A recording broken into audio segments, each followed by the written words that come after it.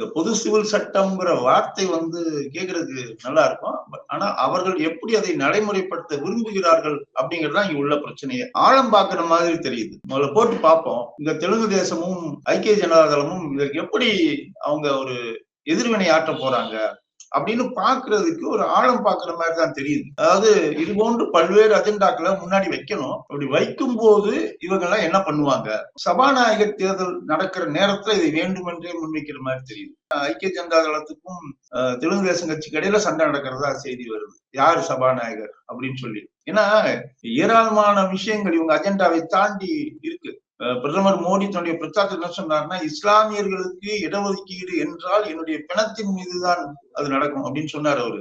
ஆந்திரால கூட்டணி கட்சியான தெலுங்கு தேசம் அதை நடைமுறைப்படுத்துவதாக உறுதிமொழி கொடுத்துருக்கு, நடைமுறைப்படுத்த போறாங்க. இதெல்லாம் இருக்கு. உங்க அஜெண்டா ஏன் அஜெண்டா அப்படிங்கிற விஷயத்துல முன்னாடி போட்டு பாக்குறாங்க.